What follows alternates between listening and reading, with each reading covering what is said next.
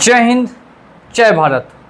एक बार फिर से स्वागत करता हूं आप सभी लोगों का आपके अपने चैनल पर। और आज के इस वीडियो में हम लोग बात करने वाले हैं लोन कंपनी का। अगर आपके ऊपर भी काफ़ी ज़्यादा कर्जा हो चुका है और इस दिवाली में अगर आप लोन क्लोज़ करना चाहते हैं तो कितने की छूट आपको मिल सकती है। अक्टूबर का महीना चल रहा है और आज दशहरा का दिन है और कुछ ही दिनों बाद आपको दिवाली धनतेरस के भी काफ़ी ज़्यादा सेटलमेंट्स के ऑफ़र देखने के लिए मिलते हैं। तो ऐसी कंडीशन में क्या आप कितने तक में लोन को क्लोज़ कर सकते हैं? क्या 1 लाख रुपए के लोन को 10,000 में क्लोज़ किया जाएगा या फिर 5 लाख के लोन को 50,000 रुपये में क्लोज़ किया जाएगा? सारी डिटेल्स आपको आज के इस वीडियो में मिलने वाली है। तो मेक श्योर कर लीजिए कि अगर आप चैनल पर पहली बार आए हैं तो चैनल को सब्सक्राइब करके बेल आइकन को प्रेस कर दें और बिना स्किप किए इस वीडियो को अगर आप पूरा देखते हैं तो आपको जानकारी मिलेगी कि कैसे आप भी अपने लोन को कम से कम में क्लोज़ करा सकते हैं। मैं स्टेप नंबर 1 से स्टार्ट करूंगा। फर्स्ट एक एक स्टेप करके आपको बताऊंगा। चीज़ें आसानी से आपको समझ में आएंगी और आप उनको रिलेट भी कर पाएंगे। लोन डिफ़ॉल्ट हो चुका है, मिनिमम आपका डिफ़ॉल्ट 6 मंथ कंप्लीट हो गया है, तभी आप सेटलमेंट के लिए रिक्वेस्ट करेंगे या फिर सेटलमेंट के ऑफ़र अगर आपको सामने से आ रहे हैं तो आप उनको इतने तक रुपए तक का ऑफ़र बताएंगे। तो अगर आपका लोन 6 महीने से ज़्यादा डिफ़ॉल्ट है या उससे भी ज़्यादा 1 साल से भी ज़्यादा डिफ़ॉल्ट है और आप चाहते हैं कि इस साल में ही आपको लोन क्लोज़ करना है और आप 10 में से 2 या 3 लोन इस महीने क्लोज़ करना चाहते हैं तो वो कैसे करेंगे? सबसे पहले आपको डिसाइड ये करना है कि कौन सा लोन आपका सबसे ज़्यादा पुराना है। जो लोन आपका सबसे ज़्यादा पुराना है सबसे फर्स्ट में आप उनको चूज़ करेंगे या फिर कौन सी लोन कंपनी वो केस कर सकती है, जैसे कि पूना वाला लोन वाले हो गए, कोटक महिंद्रा बैंक हो गई और भी कुछ छोटी मोटी कंपनियां हैं, चिन्मय फाइनेंस हो गई, ये सारी कंपनियां केस भी करती हैं। तो ऐसे में आपको इनका सेटलमेंट जल्द से जल्द कराना अनिवार्य हो जाता है। तो आप सबसे फर्स्ट में एक रिक्वेस्ट लेटर डालेंगे कंपनी के ईमेल आईडी पे, लेकिन ध्यान देना है 10 तारीख के बाद आपको ये प्रोसेस करना है। 10 तारीख से पहले आप ये प्रोसेस नहीं करेंगे। 1 से 9 के बीच में किसी तरीके की रिक्वेस्ट आपकी एक्सेप्ट नहीं होती है, तो आपको 10 के बाद में ही रिक्वेस्ट डालनी है। 10 तारीख के बाद 15 तारीख के बीच में आप एक लोन सेटलमेंट के लिए आवेदन दे सकते हैं, जिनमें आप अपनी कंडीशंस वगैरह को डिस्क्राइब कर सकते हैं कि देख लीजिए ऐसी ऐसी प्रॉब्लम्स है और हो सकता है कि फ्यूचर में आपके पास ये अमाउंट भी नहीं अरेंज हो पाए या ये अमाउंट भी कोई देने के लिए तैयार ना हो। अगर आपका 2 लाख रुपए का लोन है तो आप सेटलमेंट का ऑफ़र 20,000 रुपये का खुद से बोलेंगे कि 20,000 ही जमा हो सकता है। मैक्सिमम अगर आपको करना होगा तो 30,000 में आप उसे क्लोज़ करा देंगे।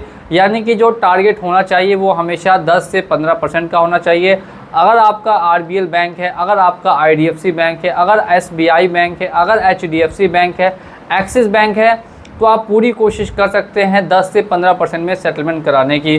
और अगर इसके अलावा कोटक महिंद्रा बैंक है या फिर पूना वाला है तो इनका आपको 30 से 35% का ही अमाउंट रहता है, इससे कम ये लोग जल्दी नहीं करते हैं। अब आपको एक रिक्वेस्ट डालनी है। रिक्वेस्ट डालने के बाद आपको सामने से कॉल आती है या फिर ईमेल आएगा और हो सकता है कि किसी मैनेजर वगैरह का नंबर आपको मिलेगा जिससे बोला जाएगा कि बात करके आप फाइनल करा सकते हैं। या फिर अगर कोई रिकवरी एजेंट लगातार आपको कॉल कर रहा है और अभी तक आप इग्नोर कर रहे थे तो 10 तारीख के बाद आप उसकी कॉल को पिक करके और सेटलमेंट के लिए बोल सकते हैं, अगर आपके पास अरेंजमेंट है, अगर आपके पास सुविधा है। तो जितने भी ऑनलाइन लोन ऐप्स हैं उनको छोड़ दीजिए, उनकी बात मैं वैसे भी नहीं करता हूं क्योंकि वो सभी की सभी 100% फर्जी लोन ऐप्स रहती हैं, जिनसे मुझे ज़्यादा आप लोगों के सामने मैं बताता हूं कि डिस्कस करने से कुछ नहीं है, वो सिर्फ डराने का काम करती है। लेकिन अगर बैंक्स का इंपॉर्टेंट लोन है तो आप उसे क्लोज़ कराने के बारे में सोच सकते हैं, लेकिन NBFC का है तो वो आप ऑनलाइन लोन ऐप से कभी भी कराएंगे तो आपका काम हो जाएगा।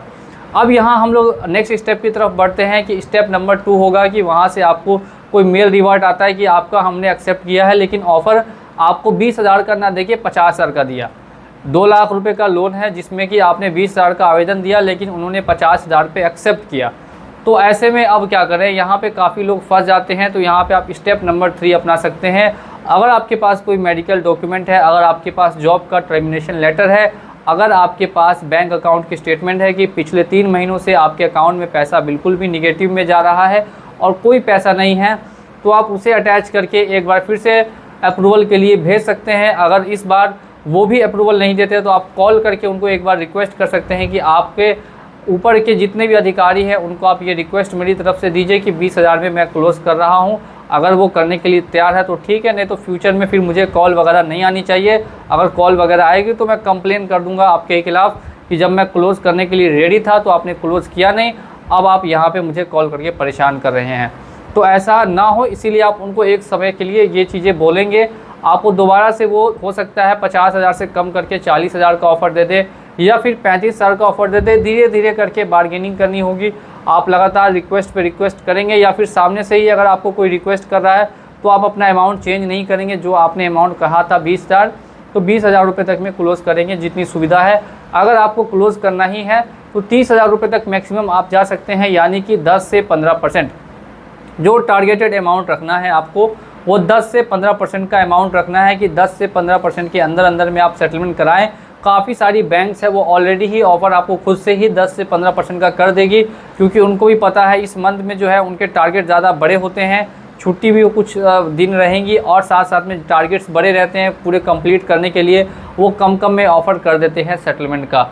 तो आप अपना टारगेट अभी से बना के रख सकते हैं। अगर आपका काफ़ी ज़्यादा लोन है तो सभी लोन को एक साथ ना क्लोज़ करके 2-2, 3-3 लोन आप सेटलमेंट करा सकते हैं। ये मैं बैंकों की बात कर रहा हूँ। बाकी NBFC के लिए मैं बहुत ही जल्द एक और वीडियो लेकर आऊँगा।